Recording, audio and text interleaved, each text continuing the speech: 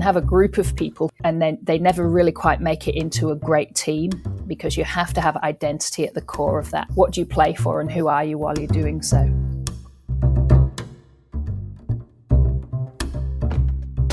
Hi everyone, and welcome to another episode of 80% Mental, a podcast series all about the psychology of sport and performance. My name's Dr. Pete Olushoga. I'm joined as usual by Hugh Gilmore. Hugh, what have you been up to? Not much, Pete. I suppose it's been interesting weather lately, and I really enjoyed the reception we got from the last episode, episode 1, that really set the tone for what's about to happen in the rest of season 2. Awesome. Well, I think Hugh's referring to an episode we did on critical thinking, which kicked off series 2. And in our first series, we explored the nuts and bolts of sports psychology, things like confidence and anxiety. We looked at imagery and goal setting, mindfulness and mindset. And in this series, we're going to explore ideas in sports psychology in a little bit more depth, maybe a little bit more detail. And as you mentioned, the first episode, we talked about critical thinking, about how to think straight about psychology, how to separate psychology from the pseudoscience, the nonsense, and the absolute quackery. This week, our question is all about teams, because we didn't really talk about teams so much in series 1. But specifically, it's about team culture. And even more specifically, it's about how to develop and cultivate an environment in which your team can be successful. Do we yell or do we not yell? How do we get team culture right? And Hugh and I are both thrilled to have 2 amazing guests joining us today. I think we might have picked the best 2 guests on the planet. Hugh, do you think? Yeah, I mean, Pete, I'm going to be honest here. I've never met these 2 people in my life, but I have heard about them from quite a lot of people. So I think everybody that I know knows these 2 people, but I don't know them. So I'm really excited because they seem to be very well thought of and very highly esteemed people in the field of sports psychology. And most importantly, my favorite bit, the applied side. So without further ado, Pete, I think you should let them off the leash. Absolutely. Let's bring them in now. So first up, we have Rebecca Levitt, previously known as Rebecca Symes, who is a sport and performance psychologist and runs a consultancy called Sporting Success, and is currently working with GB women's hockey team in the lead up to Tokyo. Now, Bex, the name change, that's not just because you're on the run from the feds, is it?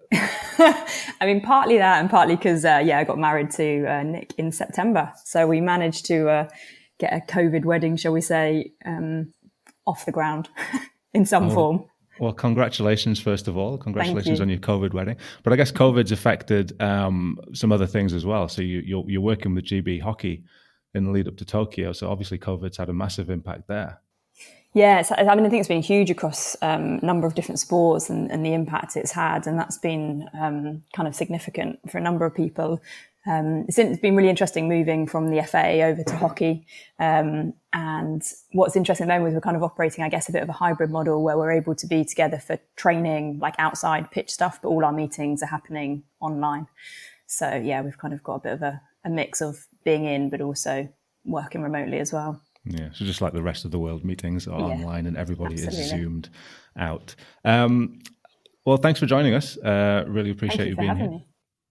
So second up, that's not even a phrase. Next up, we've got Pippa Grange, culture coach and performance psychologist.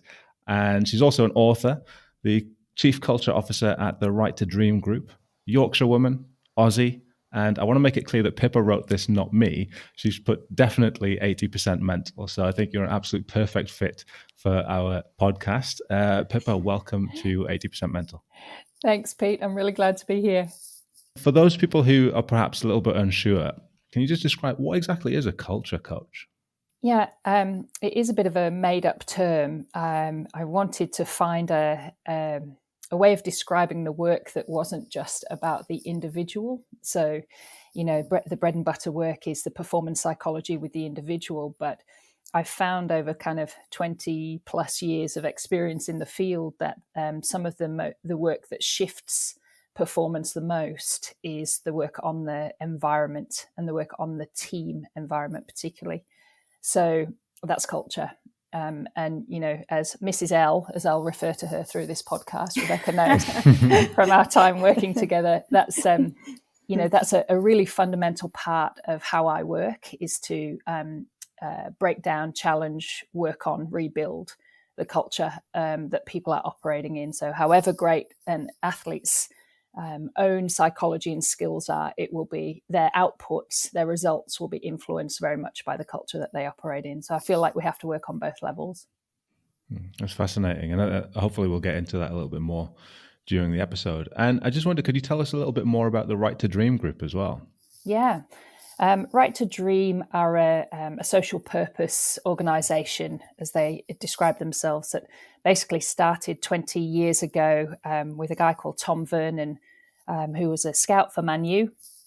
And he was working in Africa, and he totally fell in love with Ghana and decided to start an academy, a football academy there, which is now the preeminent academy in Africa, definitely sub-Saharan Africa. And it provides a pathway for young kids who they recruit, started with just boys, who they recruit from 8 years old and commit to for basically their school years, and provide pathways into pro football, but also pathways into elite education in the US or the UK, Ivy League education. And they, about 5 years ago, they also bought FC Nordsjælland, which is a Danish club just outside Copenhagen. And they're sort of on the cusp of expanding again now to sort of more academies and clubs. And they've started a girls program about 7 years ago in Ghana. So really the essence of it is providing opportunities where they might not otherwise exist to showcase talent and to have people, flourish in football or in education, whichever way they go. But football's the ticket. So I think they've got over 50 kids now who've graduated American universities and something similar that have moved on to play pro-European football, which is pretty cool. No, that's awesome. That's absolutely fantastic. And if you want to check out any of the work that they're doing, we'll put a link to the website in the description for the episode as well. But thank you both for joining us. I'm really looking forward, and I know Hugh's looking forward as well to hearing what you have to say about teams and team culture. So we'll get straight to it, really. And I guess this is a question for either of you to start off with, but what would you say are the defining characteristics of a team? What makes a team different from just a group of people? I thought Pip was going to go there, but I sure took. Yeah, I guess there's the defining thing really would be that there's a common goal and a shared purpose and a reason why those people exist together, as opposed to just existing as single entities. So that's really important, and having a shared sense of what are we about, what are we trying to achieve, what do we stand for. What's our identity in terms of what do we represent, which then influences, the way we are, the way we behave, the way we do things. So I think that's what probably makes a team stand out, just from individuals on their own. And you can get many different forms of team, obviously, in sport, in business worlds, music, all different varieties. And certainly teams are fascinating from a psychological perspective, that's for sure. I think one of the key words that stood out there for me was identity, and kind of how important that is in a team environment. Pip, what do you think about that? Have you got any thoughts on identity? Yeah, definitely. I think it's a critical piece. Knowing what you want to achieve is the bedrock, but you also have to know who you are. So, the difference for me, one of the differences for me between a group and a team is the difference between being socially connected and relationally connected. So if you're relationally connected, you're in something more like a team, perhaps.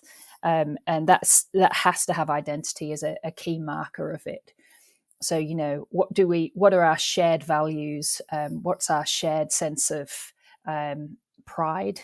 What are the symbols, the language, the rituals, the guiding principles, the sense of purpose, as Beck said, that connects us. You can have a group of people who are loosely connected socially in that way, and then they never really quite make it into a great team, because you have to have identity at the core of that. What do you play for and who are you while you're doing so? We'll get into some of that in a little bit more depth, I think, later on as well with some of the questions we've got coming up. But in the introduction to the episode, I talked about creating an environment that helps a team be successful. And I just wonder, when I talk about that, when I talk about teams achieving success, what actually springs to mind for you? Because obviously people will have very, very different definitions of what success means. And I wonder what you make of that. I think for me, I mean, loads of things kind of spring to mind. I think hard work, I think passion, dedication, I think the culmination of a journey. I think about success being about having achieved a higher purpose as well, rather than just perhaps an outcome or a result and something over and above just one singular event happening. Like, I think about kind of what's gone on in the background to help achieve that sense of success. And I think sometimes it's about being clear in terms of like what actually success does look like for you, and actually making sure that gets defined and not just assumed that everybody's on the same page with what success looks like. Yeah, I really agree with that, Bex, particularly the sort of higher purpose piece. I think for me, there's a couple of things. There's something about completing a process, regardless of what the outcome on the scoreboard was. Success is about having completed what you set out to do in some way. So, crossing the finish line literally is an important part of it. And where people feel like they've failed, there's often a feeling of having not completed what they set out to do. The scoreboard obviously matters. We can be romantic about this, but when it comes to success, the scoreboard does matter. But I think also something that really is important in my kind of perspective on this is I think you have to feel success as well as achieve it. So where I see that sort of, or where I've seen that kind of sense of failure or flatness in an outcome, if it's, say, a silver medal, or if it's a semi-final, not a final, is where you haven't really felt the fulfillment and the success in it. It's really narrowed down to a scoreboard outcome. So I think, as Beck said, important to kind of get that feeling in there too. Yeah, I think it's really interesting. I love that idea of completion being a sort of a marker of success in some way. Hugh, what are you hearing here? What are your thoughts? It's interesting that you speak about completeness, because I think one of the things where a lot of our listeners will struggle with the idea of culture change is, the vagueness and the fluffiness of it. Like, what is a culture, and, how do you actually make that real? And I suppose a defining feature of something being complete is that you could obviously state that, what that would look like from the outside. And I think you've mentioned the scoreboard's important, but I'm really keen to hear, like, how do you make something that might be vague to the outside look complete? What does a value look like whenever it's been lived, or whenever you see that value being executed? I'm just really curious about that. I think there's something I just want to sort of put out there early on this conversation, that there's a difference between something being vague and not scientifically evidenced. In sport, we are so vested in the scientific model and empiricism and in rationality and logic. And I think sometimes fields like psychology or culture have narrowed themselves too much to fit into that box. And we've lost something in that, because humans aren't just science, we're also nature. There's a lot of mystery that we can't quite nail down into a category of some kind. So I challenge the idea that culture's vague. It just doesn't fit into the framework that other kinds of sciences do, other kinds of sports sciences do. And it's extremely powerful. We just don't know quite how to measure it and describe it neatly. But anybody who's kind of worked in that really applied sense will know the absolute difference of having, a clear manifesto for who you are, a clear set of values, and living by them, and what that looks like. So Bex and I have done quite a bit of work on that in the past at the FA, in terms of really understanding, well, what does this look like if it comes to life on the field, in prep camp, in meetings between staff members? What are the behaviours that underpin a lived value? And we go quite far in defining that stuff so that you can meet people where they are. That is, okay, this is different to everything else we do on, say, pumps and levers and biometric markers, for example. Different kinds of thinking about how we become our best self, how we deliver our best performance. It's a different way of thinking, but it doesn't make it less. I think the other thing that started to make me think about there is a couple of things. One, and this is definitely something Pip really helped develop my knowledge in terms of culture and culture being the outcome of the way we do things. Most organizations would probably have values. They would say they've got values. They would have maybe a manifesto. They'd have a vision. And that's kind of what we might talk about as culture as kind of articulated. People are able to describe that, but they're able to say what those values are. They're able to describe what a vision looks like. But then deep culture is almost that sense of actually what really goes on. So it's great that we might have these values, but are they actually being lived when it comes to it? Like Pip says, in the meetings, are people behaving in a way that is consistent with what they say they're going to do? Or actually are there corridor conversations going on? Or actually are there differences between what we say we're going to do and what we're going to do? And that's really the difference between, we might be able to articulate what our culture looks like, but actually the culture is really about the reality of what goes on, how we behave, how we interact. And sometimes it's important to kind of make sure we're, particularly if you're in a space when you're working in that, being, ultimately we obviously want alignment between what we say our culture is and what the reality is. And sometimes that's when it doesn't, we don't always have that. Yeah, I mean, I'm completely behind you here in terms of this idea that, it's a difficult thing to put in a box and that doesn't mean it doesn't exist. I think where I hear culture falling apart with people is that people have, shown me lovely booklets that sports have put together. And then, 3-4 months down the line, turns out that booklet was a lovely booklet. It wasn't actually their culture. And, they've been trawled through the courts and things like this. So I think there's like a pressure on sports psychologists to be seen as influencing culture and developing that. When I did a culture presentation to some of the athletes I work with, I put up, the whole Japanese chopsticks because we're going to Tokyo. And then I said, well, yous have been eating with knives and forks for your whole life. You can't see that that's part of your culture. So I think there's two elements here of you can't see it, but it's definitely there and it's definitely impactful. And I suppose bringing it alive so people begin to have the blindfolds removed and can see through how they contribute positively and negatively to that. But this is where Pip's idea of completeness really struck me. You can only know that you've completed something and get that feeling if you've actually sat and taken the time to define it and make it something that you understand. So that's what I'm really curious about is your processes here, which I'm sure we'll get onto later in the podcast. I think that's absolutely what you said there, Hugh, the difference between culture that we might articulate, it might be written, in a really nice booklet versus actually what's the reality of what goes on. And actually, are we doing what we say we're going to be doing? Or actually, does it just look nice? And if someone comes into our environment, we've got this brilliant poster to show them, or we can give them this great booklet. But the value of that is very little if that's not what's being lived. And I think the other bit there as well is that culture is absolutely everybody's responsibility.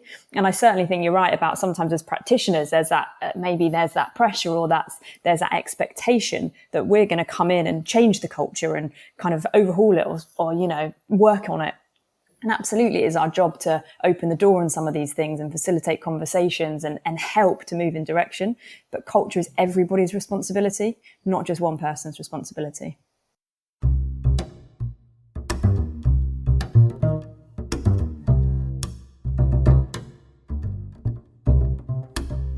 I just wanted to add a couple of points there that might be valuable for the listeners thinking about culture, and this idea that it's just kind of an out there thing that we know everybody has to live, as you say, Bex. And the other thing we always talk about is that it's live, it's never done. You have to create it every day. But culture does not just sit in behavior alone, right? It does not just sit in behavior alone. Culture lives in your systems. It lives in your symbols. It lives in your language. When I think about culture, I'll think about how does it show up in standards and accountabilities? Do we have the capacity and the capability in this organization or in this team to do what we say, to do what we've written in the booklet, right? Are people educated on how? Do we have a way of making sure it's just not another task on some poor guy's list that really doesn't know how to step forward with this? Have we put the time into that? Is there enough energy and well-being in the team to even think about this stuff, or is everybody just exhausted? Have we got boundaries? Do we know what the guidelines are? Are we really clear on vision and purpose? There are many ways that you can actually articulate what culture looks like, and think about it in language. Think about it particularly in symbols. What does the crest on your shirt mean to you? That's a part of culture. So I kind of resist the idea that it's kind of esoteric. It has definitely plenty of undefinable, slippery, not able to be put into the box, but you absolutely can get a hold of it in lots of ways other than values. Values are central, but it's not only that. You can break down how does our system work to create an outcome. So if, for example, you say we really value honesty, but the system doesn't offer any opportunity for decent feedback. You're not getting to the honesty, right? That's a culture flaw. And that's something that you can actually work on to create the honesty that you require, the honesty that you desire. So there are many ways that you can pull it apart in legitimately practical terms that aren't just sort of a desirable set of behaviors. And I think a lot of people miss that when we talk culture. We just think in terms of symbols and, symbols, rituals and behavior, but not about systems, processes, and how they contribute to culture. So we also know, Bex and I have talked about this a lot, but culture, we talk about the culture iceberg. The stuff you can see above the waterline is the stuff that's everybody's aware of, what you say you're about, how people behave in full sight when everybody's looking, and the stuff below the waterline are things like gossip, where the power really sits, whether one coach is a real blocker or whether the big dog in the team, everybody's going to do what that person says rather than what, the official position is. Things that sit under the waterline are things like a lack of resource, to really get things done. They're cultural issues as much as material issues. So, thinking about the waterline and the job of the psychologist or the coach is to culture coach is to keep pushing the waterline down so that we can see more of what's really there and work on it. I'll get off my pedestal now.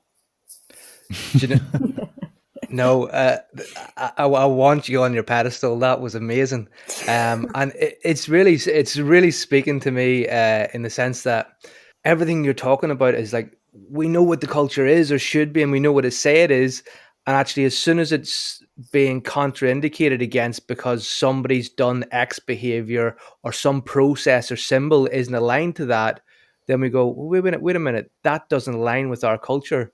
And I think it's kind of like, we talk about equality and diversity and things like that, but then some symbols might not represent that within different organizations. Or I can think of a religious leader back in November who preaches about certain things in terms of respect for women and celibacy and things like that, but was liking Instagram models on their Instagram page. So I suppose that's a point where we get public outcry when people actually go against the values in some sort of behavior or action or process.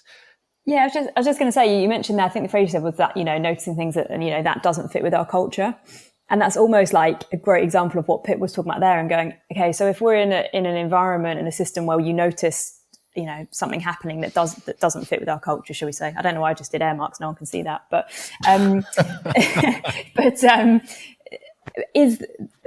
question then is to almost say, but is the culture safe enough that actually, if I see something that doesn't fit with our supposed culture, do I feel safe enough to question it? That goes back to the accountability piece Pip was talking about, in terms of saying it's all very well having these things, but then if we don't have an environment, a culture that feels safe enough that actually I'm able to speak up and say, hang on a minute, I don't think that's right, that's not how we do things around here, then those things go unnoticed, which is when you then get this difference between what's, as Pip would describe it, what above and below the waterline. Well, I mean, let's talk about that a little bit. Let's talk about, because I think what you're referring to there is psychological safety, and this it almost ties in with some of the vagueness that Hugh was talking about earlier. And I think it's what Hugh and I call these magic psych words. And it's not that they're vague; it's just that they're often thrown around fairly blindly, but aren't particularly well understood.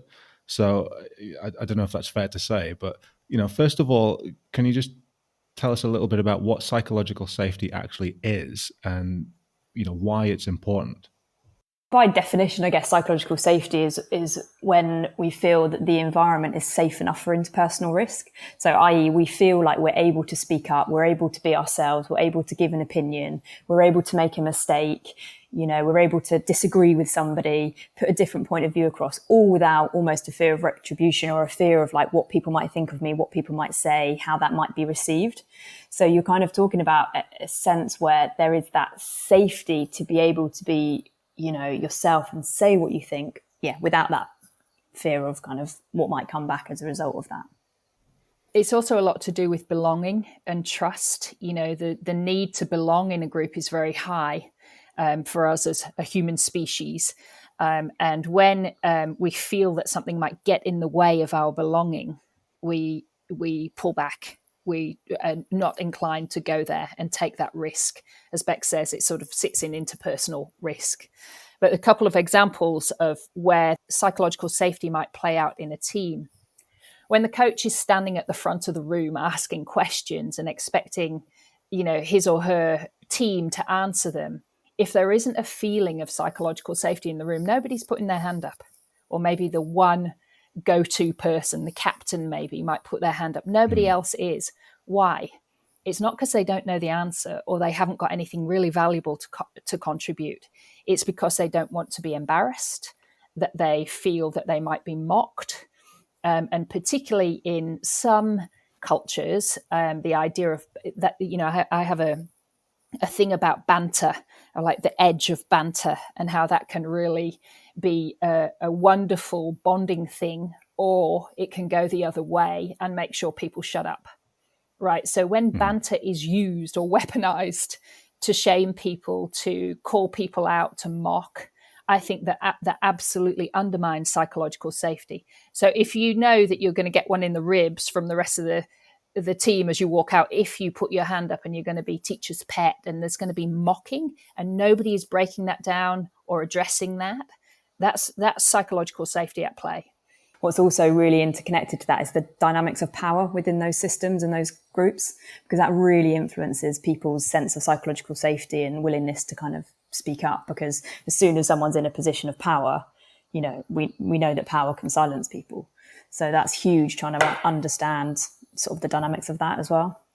We Beck and I have done before. We've done some work with a woman called Julie Diamond, who does the Power Intelligence Index. And she talks about her book is a user's guide to power, basically. And it's all about power intelligence, how you use power and understanding how things that you might not think about, like banter, actually really undermine safety, psychological safety. And, I think that's when you can actually talk to people in authority about how they use power. And authority might be, teammates. That's very, very valuable. It's interesting hearing you talk about this in terms of athletes being able to, or feeling like they're able to speak up, athletes feeling like, well, not just athletes, kind of everybody in the organization, but feeling like they're able to speak up, feeling like they're able to be themselves. And I guess what we're really talking about there is allowing people to show their own vulnerability. And in an arena like sport, and, we can talk about the culture. I've just done air marks as well. The culture of elite sport, that's quite a difficult thing to achieve, or it can be quite a difficult thing to achieve. Now, I'm aware that this is a really big and broad question, but I'm a coach and I'm interested in creating that sort of environment where people can be vulnerable. Where do I even start? I think the first thing you do is notice it and name it. the big changes are the small changes in some ways. So when you can actually start to have open, honest conversations about what you're seeing, and importantly, what you're feeling and experiencing when it comes to things like this, you're noticing it. You can't do anything about it until you've noticed it and named it.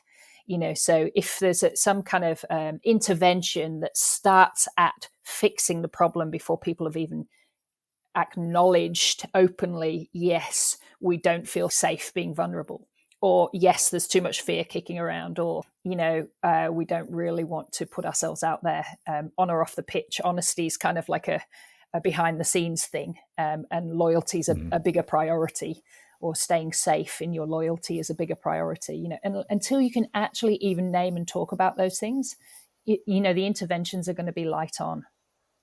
Yeah, definitely. We did a session with the coaches when we were at the FA around power, and just spending a day even just talking about that topic with coaches was fascinating and really eye-opening, and just exactly what Pip says there. Just actually, can we even just start by naming this and understanding what might go on? Because I think particularly a lot of the stuff with some of those dynamics around power happens without people even knowing about it or intentionally doing anything to make it happen. It just happens by very definition of being in a position of power.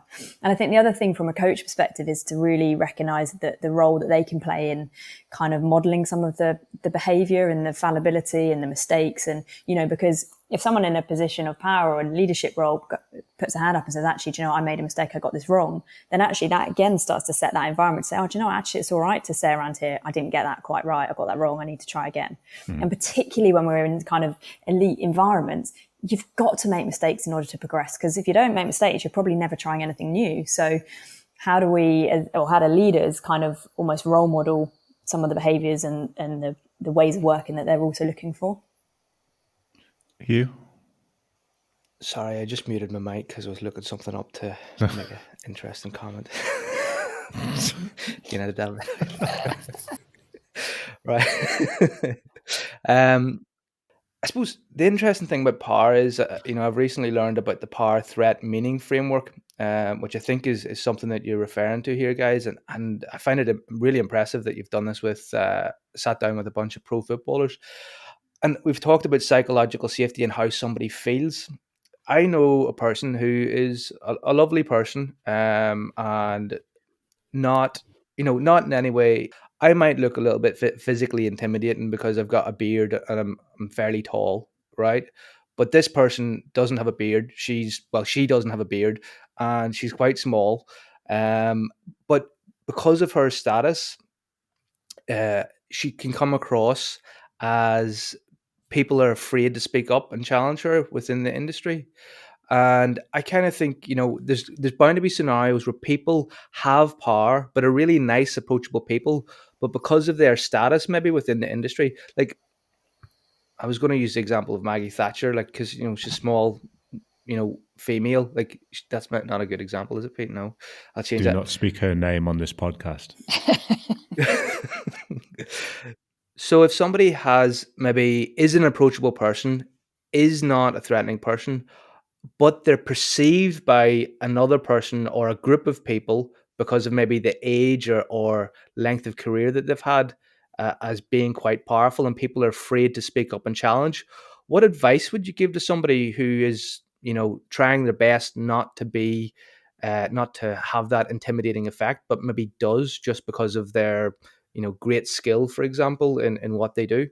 I think that's exactly it, Hugh. I think it's exactly that point that it's not always necessarily to do with what they're doing. It's the very nature of perhaps the role that they inhabit, or the experience that they've got. The nature in itself of that kind of creates that dynamic. I think some of the ways in terms of thinking about how do those people overcome it is to think about really simple things, or simple examples would be things like, if they're, hosting a meeting, can they try and give their opinion last rather than first? Because as soon as someone in that position gives their opinion and says, well, I think this, what do the rest of you think? Then it goes back to what Pip was talking about before, about that sense of belonging and wanting to fit in. And therefore I might not want to go against what kind of the leader of our group is saying. So things like, not speaking up first, waiting for people, actually inviting opinion from other people. How much do they actually say, I'm really curious, I'd love to hear your thoughts. And then also thinking about the way in which they respond, because if someone gives their thoughts and then you go, I'm not sure about that, or you brush it off, or you quickly move on, and then that person's response is not necessarily validated or received well, then that means next time that person is probably less likely to have that experience as well. So I think it's in terms of them, goes back to the awareness piece that Pip said, in terms of naming it and understanding it in the first place, and for people who might hold those positions to kind of perhaps have that sense of awareness around, actually, do I spend time thinking about how does my position or my experience influence how I might be perceived and received by other people? And that's a really great starting point. And I think just to mention, you mentioned about the power threat framework reference there, which is a thing British Psychological Society put together. And that's about kind of understanding people's own experiences with power. So throughout their childhood, their upbringing, what were their experiences like when they were young in terms of, in the relationships they had, and how did power play out in those for them, and how has that then shaped them as a person? Some of this kind of power work is more about understanding, through the role in which you inhibit, or as you say, the experience, how does that then influence the dynamic? So it's a subtle difference. Yeah. So, I mean, what I'm hearing there is like, speak last, then also make sure you validate what they say, treat it with respect, and then also be the person who opens up and asks for feedback. 3 great bits of advice for any leader. Pippa, I'm sure you've some thoughts here. Yeah, I think we tend to use the way we think about this in terms of power is that you've got to work through the people who are in power. You've got to teach the people who are in power how to use it well, rather than it be the onus be on the person who isn't in power and is intimidated by power.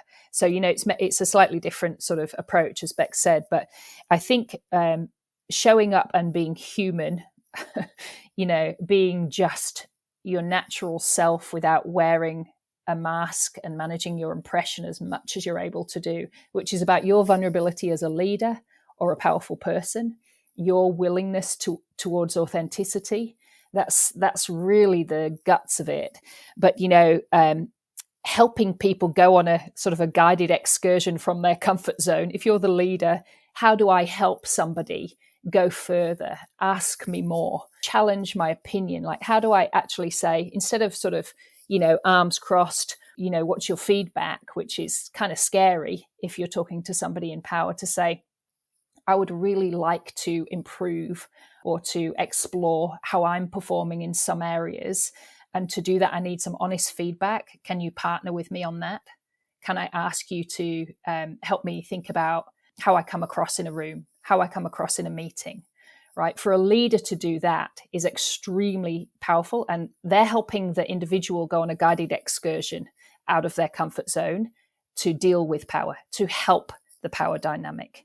Right. So the onus is on the leader or the powerful person in that kind of model. I think also, as the leader, as Beck said, you have to create the conditions, which might be, that's a great example of speaking last, or, setting the tone for, sometimes it's even the trappings of where you might have exchanges, like if it's in a scary meeting room, or if you're kind of sitting around having a coffee. Those small things make a difference of how you communicate and converse and how you change power. Listening to both of you talk there, some of those things are actually really quite simple things, like really simple things. Speaking last, understanding the way that you're standing and how that can have an impact on the way that people perceive you. They're very simple things to do and simple things to perhaps correct. But I think, as you've both mentioned, that the really important thing there is about awareness of those things existing in the first place.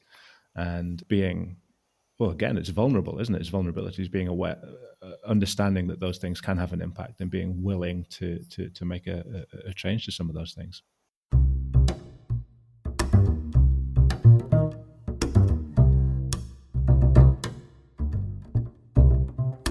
We're here with Pippa Grange and Bex Levitt, and we're talking about all things to do with teams and team culture. And we've heard some really fascinating stuff so far. If you are enjoying what you're hearing, do remember that you can subscribe on the website, www.80percentmental.com, or you can tweet us at EPM Podcast. And we would love to hear your thoughts on team culture. What are some of the teams that you have played for or coached, if you're a coach? And how have you set up team culture? What are your experiences of good culture versus what we might describe as a bad culture, whatever that might be? So we'd love to hear your thoughts. So do get in touch. Hugh, we've just been talking about leaders and them being aware of perhaps some of the power dynamics. I know you had a question about leadership that you wanted to maybe throw in here.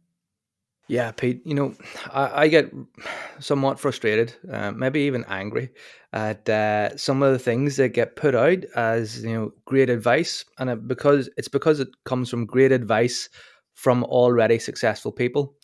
And I think sometimes when successful people give advice, it's nearly like, these are my lottery numbers. This is what worked for me, as opposed to something solid. So one of the things I've heard is that in Netflix, that one of the principles is move fast and break stuff. And Netflix is a successful organization. But I also think like that to me sounds like breaking rules, and like what rules are you allowed to break? And at what point does that have contraindications? But then, we've all heard this, sweep the sheds, like the legacy book and the All Blacks.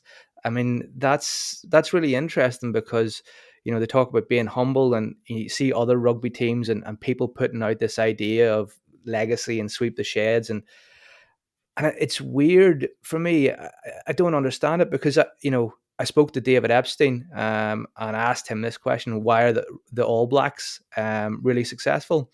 And he said, well, they're not. It's actually, rugby is an underdeveloped sport played by very few people. And actually the culture of New Zealand is probably more what makes the All Blacks successful than them actually being a really successful team and having successful processes. And I think I listened to a talk whereby there was things that were said in how they handled things, and they were attributed as being really quick to address failure. But actually, the guy said it took 2 weeks for them to get over that emotional kind of issue. And I thought, that's not quick to address failure. That's 2 weeks to address failure. So I suppose the question I have for you, Pippa and Bex, is when teams are successful, how do you remain critical of their success in such a way that you don't create this aura of false narrative, and that you can still continue to grow without this kind of one-way utopian advice? I think that's a really interesting observation from David Epstein on the All Blacks. It takes many things to become successful, and we definitely over romanticize. Something like "sweep the sheds" becomes a single tagline that's over romanticized. But it's got essence that matters to it. I think that you can't deny the success of an All Blacks because it's sustained. It's not, they didn't get lucky. This has been sustained over time, and the systems of success are very strong, whether it's an underdeveloped sport, as he says, or otherwise. So I kind of disagree a little bit there that there's not a, that doesn't represent success. Success isn't scale or level of maturity. Success is about, as we said at the start of the podcast, the start of the conversation, success has many different factors, and they would have to be a bastion of that. However, to answer the question, I think that there's a couple of really important points when you're already successful. How do you keep critical about success? One thing is get rid of the romance.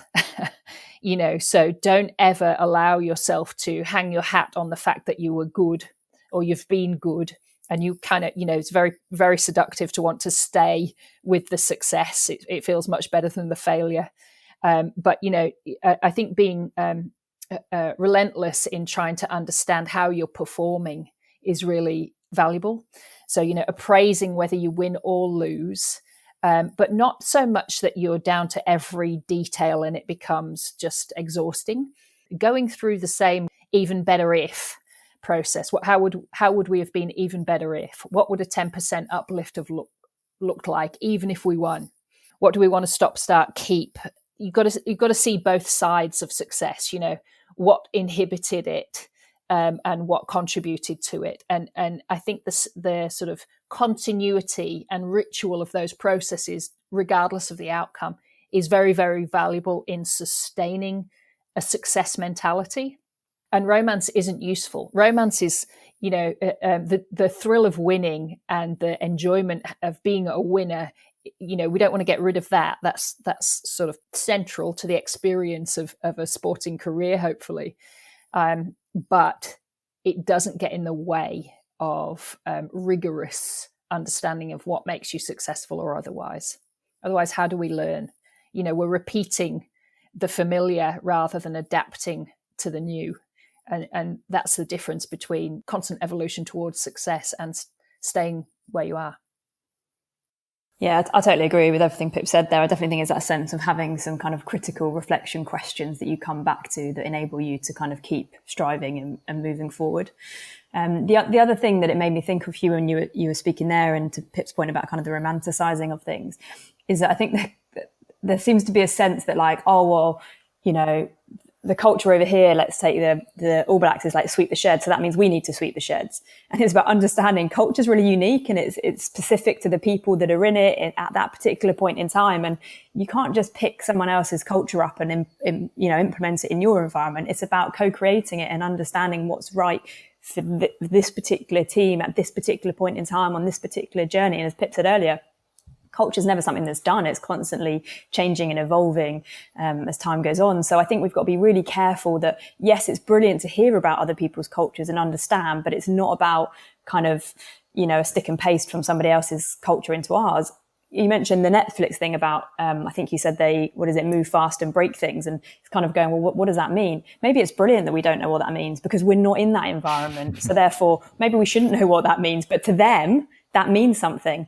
So we can totally try and put an interpretation on it, but we might be completely wrong. So I think it's about recognizing that sense of going, each culture and environment is unique, rightly so. And it's about, if you're trying to develop the culture, absolutely look to others for inspiration maybe, but recognize that it's not a stick and paste job. Yeah, great point, Bex. I think the Netflix, move fast and break stuff is about being in an environment where constant innovation and moving beyond the rules of today or the frameworks of today is necessary. Sometimes in sport, it's about brilliant basics. It's the opposite that you want. You want consistency rather than constant innovation. It depends on where you are. So, it's contextual, as you say, Beck. I really like those points. And I think this is interesting because quite often, as sports psychs, we can always be looking at it from the outside into another culture to try and learn because we're keen to learn. But actually, that can leave us in a place where we're interpreting things without a real understanding.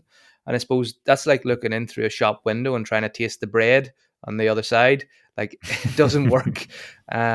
So the thing that I've heard about culture is that culture is actually like making bread, in that we can all, know the ingredients, but actually the environment and the process for making it. And you've mentioned co-creation there, Bex, that idea that, it's not just the ingredients, it's the creation of it and the process that has as much impact as the ingredients. I think that's a real message to take away from that.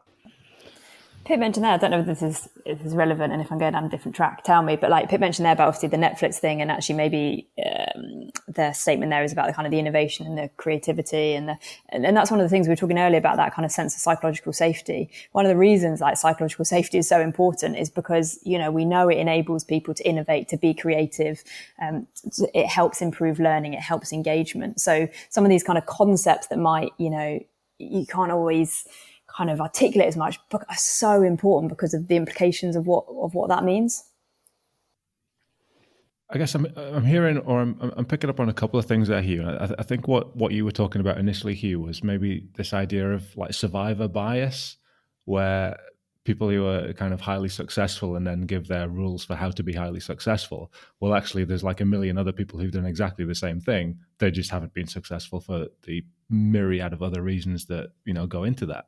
But I do like the point about, even if we do look at those people and do look at those cultures that we might describe as successful, not to romanticize them and to kind of understand that actually what works for in some situations, in some organizations, might not work in others. Speaking of Netflix, because you've been talking about that a little bit, I've been watching The Playbook on Netflix. I don't know if any of you have seen that. It's a series of interviews with some really successful coaches, and in it they discuss their rules, which is essentially their coaching philosophies. And there's some really different personalities on there. We've got Jill Ellis, who won, I think, 2 World Cups with the USA women's soccer team. I think she won an Olympics as well. We've got Doc Rivers, who won a men's NBA title with the Celtics. Patrick Muratoglu, tennis, he worked with Serena Williams, and Jose Mourinho. So despite all of the differences in their philosophies and their rules as they describe them on the program, there was actually one thing that I noticed linked them all together. And that was the idea of family. Seeing their teams and their staff members almost as an extended family. And, we've just been talking about romanticizing some of the things that we might read about. Is that, in your experience with the teams that you've worked with, the cultures that you've been embedded in, is that something that's important, or is that just fluffy nonsense that just sounds lovely? What do you think? For me, I think that the stuff that is important in it is sense of belonging and closeness, right? So I talk about in my book the benefits of intimacy, and it's like this oh my god word, like nobody go near that in elite sport. It's get the job done. But intimacy for me is about showing up as your authentic self and being willing to meet somebody as their authentic self. And just do you, just be real. That creates the conditions for intimacy. And when you really know somebody else, as you do in a family, you will go a lot further for them. You will be more vulnerable. There will be more honesty, necessarily as an outcome of that kind of intimacy or closeness, real closeness. And it inevitably leads to more sense of belonging. However, families have drama, right? I don't know about your family, but mine's got plenty.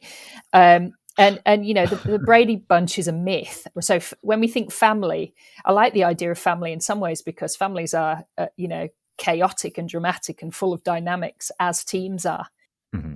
If we actually don't romanticize the notion of a family, it's a good analogy for all the chaos and expectation and dynamic that is within that kind of small group, if you like. If you don't get to that closeness and that sense of belonging, what can happen when we use that title of family is that what you mean is I expect blind loyalty. And I've got problems with blind loyalty from a psychological performance point of view. I think blind loyalty is a problem that gets in the way of honesty and definitely in the way of intimacy. Loyalty's fine, blind loyalty's a problem. So yeah, family for me is fine as long as you understand that family is not always gorgeous. Yeah, that's I have nothing to add. That is literally exactly bang on. I'd say. I think that's a bit about family. It's the first thing I think of is going. It's a great analogy because families don't always go on, and most often, you do get honesty sometimes from family members. It's a beautiful analogy. I think you've also drawn a parallel there of this idea of blind loyalty. If you come from a disadvantaged background where maybe your family upbringing or your relationships with members of your family haven't been great, there are circumstances when you need to not stop being loyal to family members, and that's more down the clinical side of psychology, whereby how to manage toxic family members or know when to draw a line. And I think, you highlight a really important point there about knowing when to draw the line on those relationships. And I imagine that's part of culture too, is drawing lines and things and knowing what you don't stand for. I'm really curious, is there something around drawing lines that you guys would advise people on how to do that with the team and how they, set standards of non-negotiable unacceptables and how does that process look like? I think that it is really important. It's a great point you raised, Hugh, because sometimes when you really want to belong and a team has meaning for you at deep levels, it's maybe been part of your dream or your ambition for a long period of time and finally you're there, you may be more inclined to accept toxic relationships than you might have otherwise been. And and especially if the leader of that team is demanding loyalty, that can trip up into toxic relationships. It's not necessarily that way, but it certainly can, and it's absolutely critical to have boundaries. Sometimes that's the most challenging part of the psych's role, to be the person who will go and say, "Hey, that's not it. That's actually toxic." That's a strong word, but that is creating fear. That is bringing negativity, and we know that negativity is going to inhibit what you get from these players. So you do definitely have to set boundaries, and leadership groups can do that also. But I think a really critical point. It's not. You don't accept too much.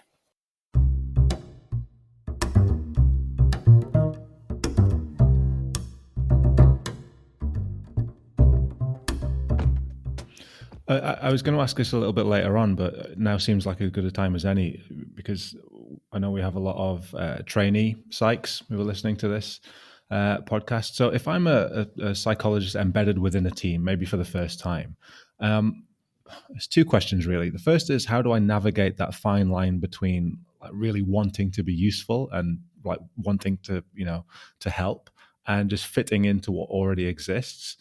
And the second part of the question alludes to what we've just been talking about, and that is, if I walk into a situation or a culture that we might describe as toxic, how do I approach that? What do I do? Any advice or tips as to how you might manage a situation like that? Because it can be really difficult. I think in relation to that first question, and I'm sure lots of people listening have experienced this, and I remember going into teams for the first time. There is definitely, I think we psychologists are human just like anybody else and have all the same fears and anxieties and vulnerabilities as everybody else in terms of, am I going to fit in? Am I going to be accepted? What's the perception of psychology here? I think one of the most important things to do when you go in, and it's hard, is almost that sense of making sure you're really clear up front with whoever you're working with in terms of what is it you're there to do and what is it you're there to work on, and kind of contracting up front around what your purpose of you being there for is. And it's an interesting one because there often gets talked about going, right, where's the quick win? Where's the low hanging fruit? Where's the bit I can quickly make an impact within the first few days of being in, that everyone then wants me to be here? Going back to that sense of, I want to belong, I want to fit in. And don't get me wrong, I do think there is value in that. But I also think there's value in trying to have a sense of not doing too much too quickly, because you do need to understand and build relationships and get a sense of what's going on and be really clear about your remit and your role. And sometimes if you jump in too quickly, actually you might not necessarily have a chance for your own to really formulate your own views and thoughts about what's going on and see what the environment is like and what the existing culture is like and what's happening. Totally agree, Bex. It's almost the bravest conversation you have as a psych when you start with the team, is the first conversation with the coach about what is and what is not on the table, and asking the right kind of questions there. I always feel like, I say brave, but courage and compassion should always be deployed together. And I think, for yourself as well, but being in that conversation and saying, are you open to feedback? Would you like me to give you feedback on your performance as a coach? How do you see the role? And I also find myself now at this stage of my career talking to the coaches or the leaders of that organization or team about what usually doesn't work when a psych goes into a team, and how the psychology service becomes sidelined because it's the tough stuff, and how might we agree to get beyond that. So, that upfront contracting conversation, as Beck says, is super important. I think the other point for young psychs in the field, or trainee psychs, is to understand that you need to be genuine, not just supervision, which is a given, but you need to be held by your colleagues, the peer network of psychologists that you have, is so important that you can go and kind of say, oh, I really got this wrong, or this was a really tough conversation with a peer in the field somewhere else, and you actually feel like you're developing your practice and you've got a space to renew your energy, in collaboration with other people. So your networks of other psychologists, I still have, a handful of psychologists that I regularly connect with on, all right, I've got a really gnarly one here. I don't think I framed this right. Can I talk about it? That's super valuable. Or just like, I'm exhausted, I can't do it, whatever I'm feeling at that particular moment, to have those conversations. And it's brilliantly useful. So never, ever allow yourself to go solo for too long. I think that's really important. And I think I joined the FA back in 2016, and I joined having had 10 years as kind of a solo practitioner. And yes, I'd had supervision, and yes, I knew of other people. One of the things I really valued when I joined the FA and when Pip came along was that sense of team and working with other psychologists, which actually I think is quite a rarity, to be in the same sport with a group of other psychologists. It's rare, but it was so valuable. And I think one of the things that Pip really did for our team was really encouraging that sense of like kind of shared discussion, shared conversation, talking about how we were feeling, talking about what had happened. And that was just invaluable. And, we used to have sessions where Pip ran a session with us once all about emotion and talking about emotion and what it is for us as psychologists. It was honestly one of the most powerful sessions I think I've ever done. And it kind of really makes you realize how important for your own sense of self and as a practitioner that kind of stuff becomes. And I think, if you are a kind of solo practitioner, as Pip says, do reach out and build a network with other psychologists, because that is really valuable. Yeah, I think that's absolutely fantastic advice. What about the second part of the question then? Because that was about we avoided walking that into a culture. that was about walking into a culture that we might think about as being somewhat toxic. How do we navigate that? I mean, I think that's a tough question, if I'm honest. I don't know. I'd be on the phone to Pip. What are you thinking about? Can you be any more like you thinking about explicitly there, Pete, in terms of like what? Okay. Okay, let's say, for example, we walk into a team and there's a culture of bullying, for example. If it's actually a culture of bullying, I'm going straight for it. I think we've seen enough in sport to see that is not acceptable. So there are things that you tolerate, that you think that you know that you can work with over time. And when I spoke about banter and the edge of banter before, I will always work with that. I will always, find a way to navigate that. If it's bullying and people are being harmed, I'm going straight for it at whatever cost, not tolerating it. And that means I'm tackling it with the coach. I'm assuming, a coach was bullying in that situation, or the athlete. I'll tackle it directly and I'll take it to the top. And that is always consequential. I've had to do it a couple of times. It is consequential and it's really hard to rebuild from there, but it's not acceptable. So I never let that one lie if it's actual bullying. However, there are shades of bullying, right? So on a continuum, and there are lots of things at the bottom end of the continuum that you think could become bullying. Those we work with courage and compassion. And that's about, again, naming it one-on-one with the bully, talking about how it inhibits, how fear and negativity have such a cost on the mental rent people pay in the environment, and how that gets in the way of performance and well-being. Understanding that bullying is a power play. There's so much work that you can do on the lower end, but if it's actually explicit bullying, go straight for the jugular. I totally agree with what Pip said there. I feel like there's also a sense of, reality is not the right word, but like I think if you're listening as a young practitioner, I think that's really hard to do. I'm not saying it's not right to do. It's 100% right to do, but that is such a tough thing to do. And Pip is speaking here from a position of a huge amount of experience, and I think it's worth kind of recognizing that. And she's got brilliant experience of having done that, and knowledge and understanding. And absolutely, that is the right thing to do, no doubt. But I think I just want to make sure we reference the fact that is not easy to do. Yeah, I mean, we've had that conversation or conversations like that before on the podcast. In series 1, we talked about the idea of, are you willing to lose your job? Are you willing to damage your reputation for speaking out? Yeah. Because you're staying true to your values. what you feel is important. And as you correctly say, Bex, we can talk about that from a position of what is essentially privilege, established in the field, well respected in the field. It's easier for me to stand up for what I believe in with the threat of, losing my job or whatever than it is for a first year psychologist who's, just on the job, wants to make a good impression, wants to build their reputation. So I think you're right to frame it in that way, that we're talking about this from a position of relative privilege, I guess. But it's a question that's important. Are you willing to do what's, I guess, right, what you believe in, or are you willing to sacrifice your values? There's no right or wrong answer to that question, but it's a question that we need to ask. I think it also highlights, though, Pete, the journey that you probably need to go, not you, but a psychologist needs to go on as part of their experience and their supervision and their training, is kind of answering some of those questions exactly that you've put them there.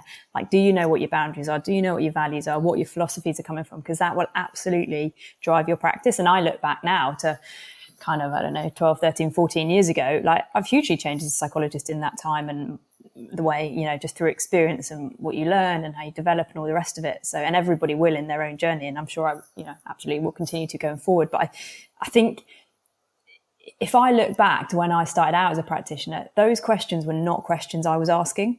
And I would now be here thinking they're questions I should have been asking.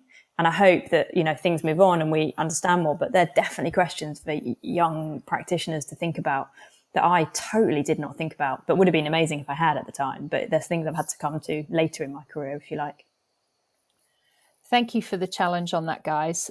You're totally right. That's coming from 25 years of experience of now knowing how to do that I did not know how to do as a first year practitioner. I guess what I would add is, if you know it's wrong, if you know something is wrong, the question is how to voice your values. So you might need to get support on that. You might need to find a friendly ally. You might need to rehearse. You might need to, defer to your boss or to somebody else around that. I still think the essence of the point remains that there is a line that we don't tolerate or can't tolerate without too much cost to ourselves and to the athletes that we're there to serve. That is bullying. So it's a question of how. What I described was what was on my mind as I described what I do is very much honed through experience and tough experience of doing that many years on. So yeah, I appreciate that challenge, but the essence of how do you voice your values when you get to that difficult point? How do you come back to your supervisor? How do you come to your peer network? Who do you go to within that organization to say, I've got a problem with this bit. How can I move forward? And it doesn't have to be, I use the term go for the jugular, that's a bit over dramatic, but it's about, it's about how do you not accept that status quo of bullying? Hugh, what are your thoughts on all of this? I've been listening. This has been an excellent education for me. And I think Pippa and Bex have probably not realized that they've already given the answer to this. I feel in some of the things that they've said, which is this idea of co-creation and asking people, like, what is it you stand for and what's unacceptable here when it comes to bullying? So, I suppose from what I'm taking away from this podcast so far is that, it's okay for us to go in and say, guys, is this a problem? Do these things cause us to lose performance, or do these things create a poor environment for us to train in, and co-create and solve that problem with the athletes? Because I think, as Pippa highlighted, this is a gray area between the banter line of, like, let's work up to that banter line. But my goodness, let's not ever be at that line of bullying. And in between that, that's 4 or 5 miles long, I think. And we really need to navigate that. And I think Richard Feynman said, I'd rather have questions that can't be answered than questions that can't be asked. So I think if you're in an environment where you can't ask questions, that's always going to be a psychologically unsafe environment, but you should always be allowed to ask questions in an environment. And I think asking the people the questions is a way to navigate that grey line.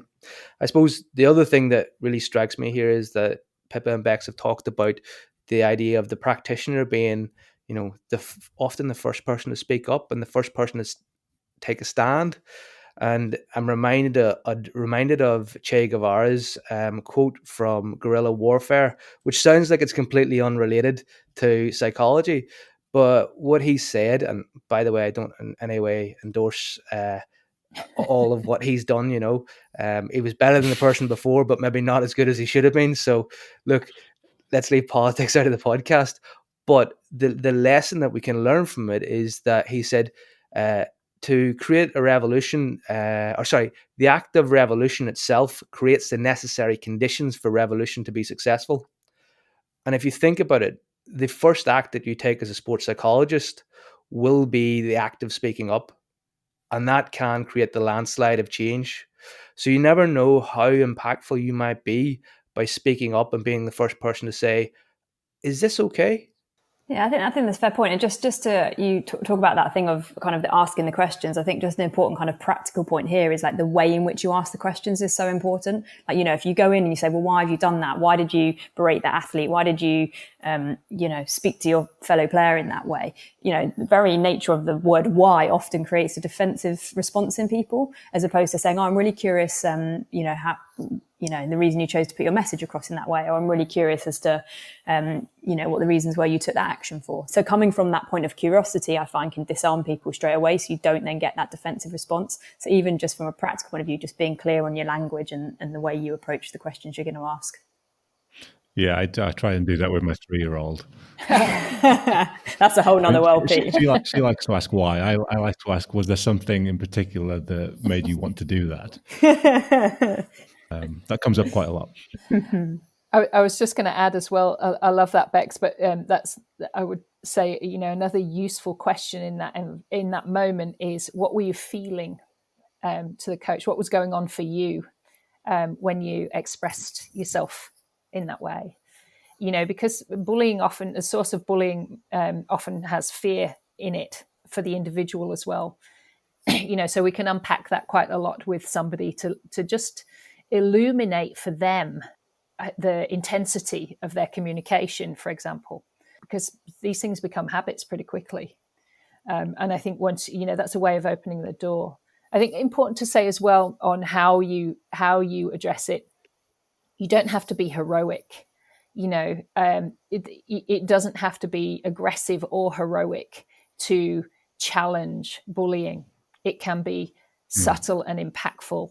It can be the most quiet, influential conversation that bully has ever had, where somebody puts on the table the thing that's been troubling her or him for a long time too. Or that they might not even have any awareness of. So, style is very negotiable in this, very important and again, contextualized to the individual. But it definitely doesn't have to be heroic acts of sort of courage. Courage is, often quite subtle. Hugh, where do we want to go from here? Because we've moved things around a little bit.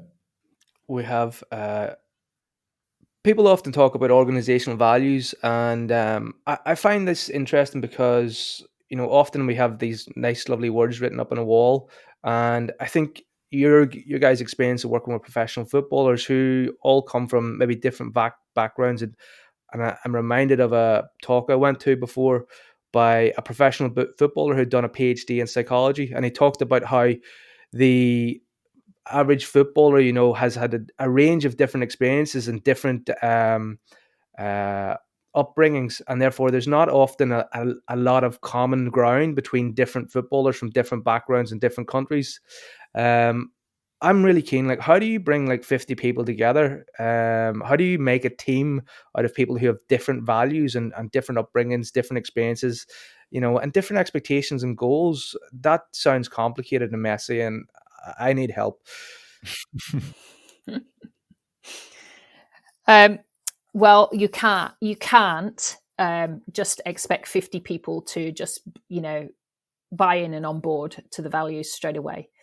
There's a couple of things. Values are not the same as rules, right? You can never impose values. I hate it when I go into a team and I see that the values have been decreed from on high, or the coach has designed the values and asked everybody else to get on board and behave that way.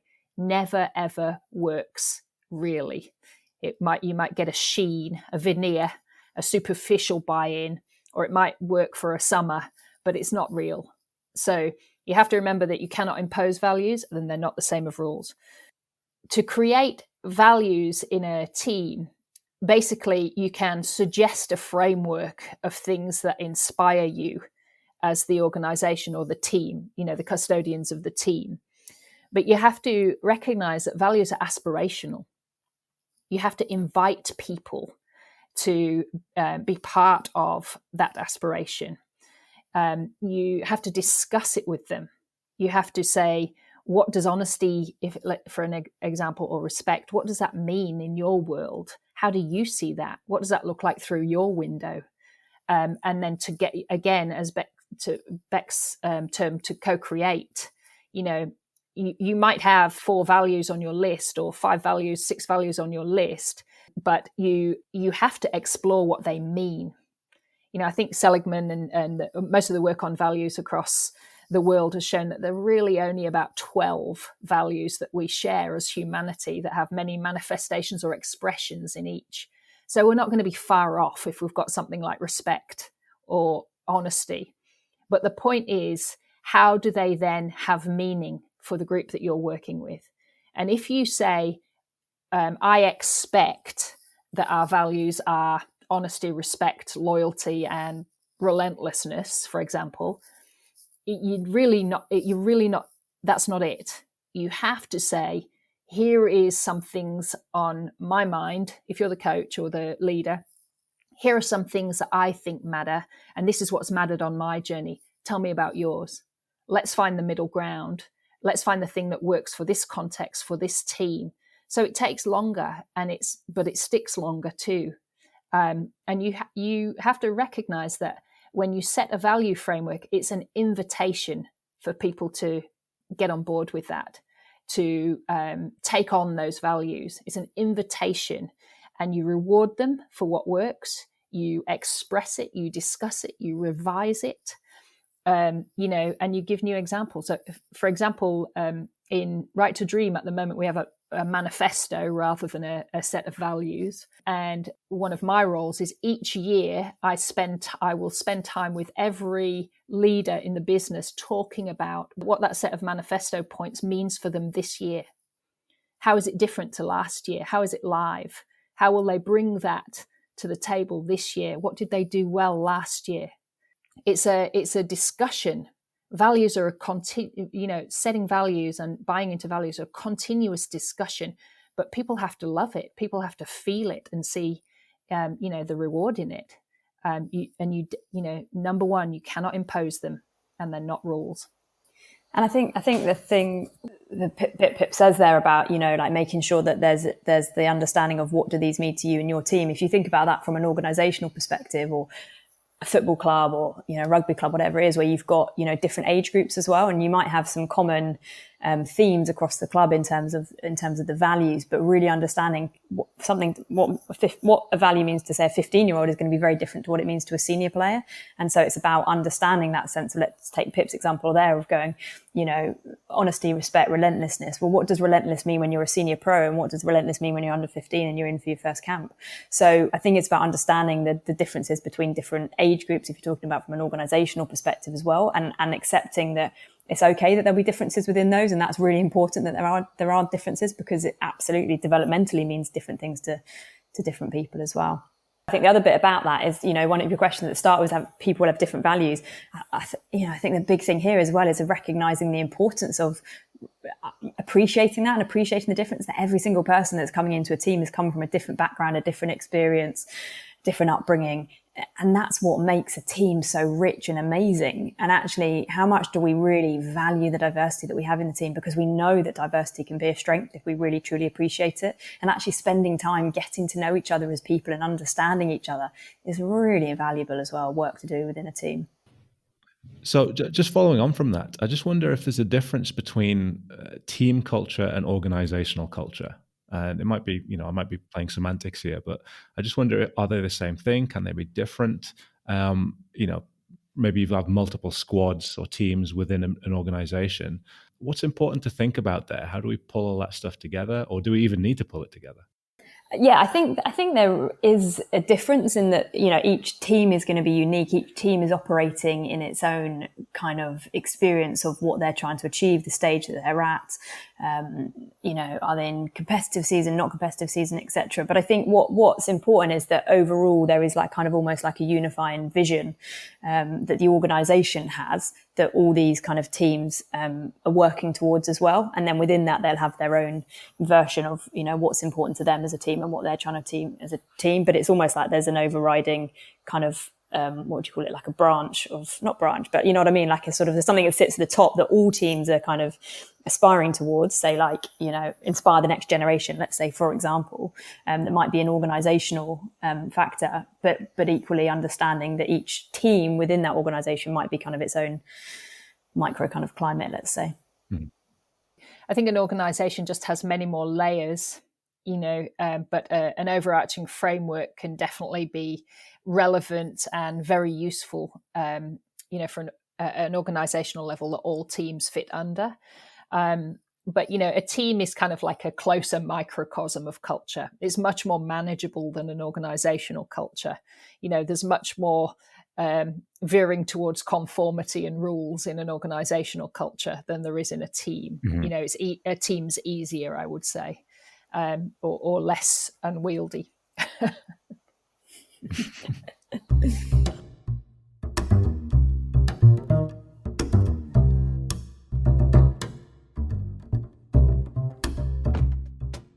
So I guess just to kind of to wrap up with then, you've given us some absolutely amazing advice so far, but if you were starting from scratch, if you're a coach who's moving to a new team, what's one bit of advice that you might give them for establishing a team culture? If you could pick one thing that you would say to them. For me, it would be the co-creation. It would be the sense of like not coming in with a preconceived idea of exactly what this group is going to be or how you expect them to perform and how they're expected to be. It's about being open to everyone that's going to be part of that team, having a view and an input and kind of co-creating what that culture looks like. And I would add, for a coach coming into a team, gather some tools that help you talk about what you mean by culture. So, the graphic of the iceberg, for example, and what sits above the waterline and below. Or, I use a culture wheel with sort of 8 different factors and can, talk about how culture comes to life. I use, in the past, I've used videos, or even ask people to watch films and then come back and discuss how culture plays out, and what I even mean by culture. So, I think as a new coach going in, find some tools and support materials to help you describe what you mean before you start co-creating. And that's, then it's on the table. It's actually a topic, a relevant agenda item rather than this kind of thing in the corner that everyone knows is really important, but nobody quite knows how to address.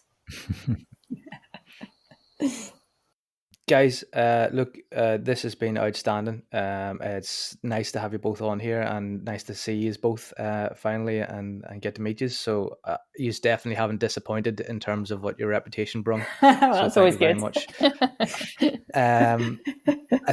I think the other thing is there, Pete, apologies. I think morning podcasts are right because I don't think I've ever been so clumsy with all my words and anecdotes there. So we have a bit of editing to do. Yeah, I mean, I'm not sure that's really true, to be honest with you.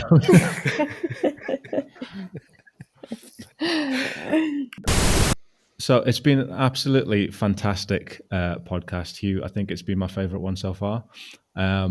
And I just want to say a huge thank you to our guests for joining us and giving their invaluable insights. So thank you very much to Bex Levitt. Thank you. It's been an absolute pleasure. Really enjoyed it. And thank you to Pippa Grange as well. My pleasure. Thanks, Pete and Hugh, for having me. And it's great to see you again, Mrs. L. You too. Should do it more often. Yeah. Thank you both. It's been absolutely brilliant. So we've had a really informative podcast today, and I hope you've enjoyed what you've heard. We've talked about definitions of what success might look like in a team environment. We've talked about culture, and what was really interesting for me was hearing about culture as an outcome of values and behaviors and systems, rather than something that perhaps we start with. We talked about psychological safety, environments where people are allowed to be themselves and to be vulnerable. We learned about maybe some of the dangers of romanticizing what we might see as winning cultures, but also some of the lessons that we can learn from those really successful cultures. And we've had some absolutely invaluable advice from our guests for psychologists and for coaches about how to approach and how to navigate teams and team cultures. So if you've enjoyed what you've heard today, please do subscribe. You can do that on the website, www.80percentmental.com. And don't forget to tweet us at EPM Podcast. We would love to hear your thoughts on the topic. We would love to hear your questions on the topic. So please do get in touch.